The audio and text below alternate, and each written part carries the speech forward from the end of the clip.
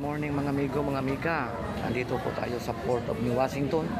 Nandito po lahat yung bagsakan ng mga kargada. Yan, fishing boat. Nandito ngayon. Magpapahinga sila. At saka itong mga bangka na to, ito yung ginagawang transportasyon. Patawid po doon sa isang isla ng Pinamukaan. Ito yung way nila. Ito yung pinaka-kargahan nila. Yan. Dito binabagsak yung mga kargamento mula sa Kalibo. Yan, mga feeds po. Yan, pinadala nila rito para isasakay sa mga bangka na to. Kaya nakapila. Ayan, makikita po natin yung mga bangka. Marami sila. Ayan po. Dito ngayon ang pinaka way of transportation para patawid sa tahimik na isla ng Pinamukaan.